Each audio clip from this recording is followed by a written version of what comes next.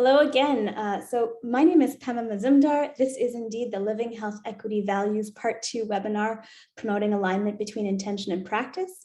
It is 1 p.m. Eastern and we're going to get started. So welcome everyone. I would like to, first of all, just let you know that I am speaking to you from Tshitsake, the unceded lands and waters of the Niagara Nation, otherwise known as Montreal in Quebec. And I'm very happy to be here with you today. I'm a knowledge translation specialist at the National Collaborating Center for Determinants of Health. And the National Collaborating Center for Determinants of Health is located in Mi'kmahi, the ancestral and unceded territory of the Mi'kmaq people.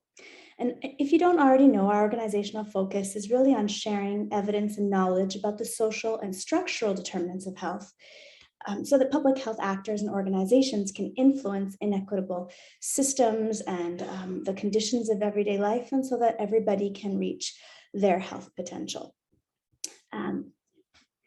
The National Collaborating Center for Determinants of Health is also part of 6 other national collaborating centers that each operate across Canada to strengthen public health in Canada across different theme areas.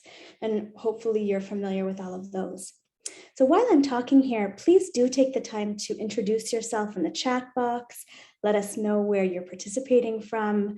I think it's really important that we're all here today in the context of today's webinar to have these conversations about what's most important to us, how values actually translate to practice, what they look like in our everyday work, and how we can live them. And so especially as we start with that land acknowledgement, for me, my personal commitment is to think about those values that support not only health equity, but truth and reconciliation, and to do what I can from my position in this large public health system to shed light on how those values can be operationalized. And part of that is by having the conversations that we're having today. So I'm seeing Claire Betker, our scientific director, introduce herself here.